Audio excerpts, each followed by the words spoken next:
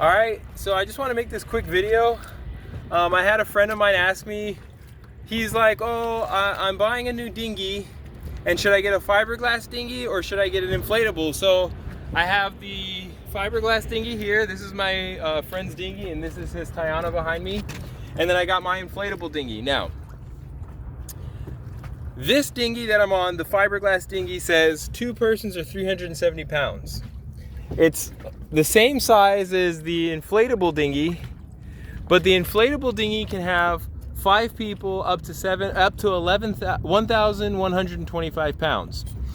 Okay, so the reason that is because inflatable dinghies are like almost impossible to flip over, and I could fill this entire dinghy with water and it would still float because the buoyancy is not in the shape of the boat, but it's actually in these air-filled tubes here.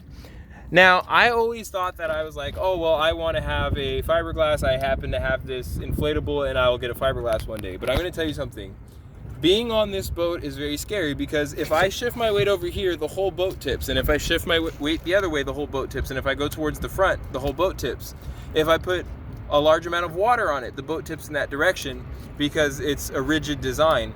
Now, on this boat, I can stand anywhere on that boat and the boat's not going to flip over because the design is not rigid and just because of how the buoyancy is in these tubes here.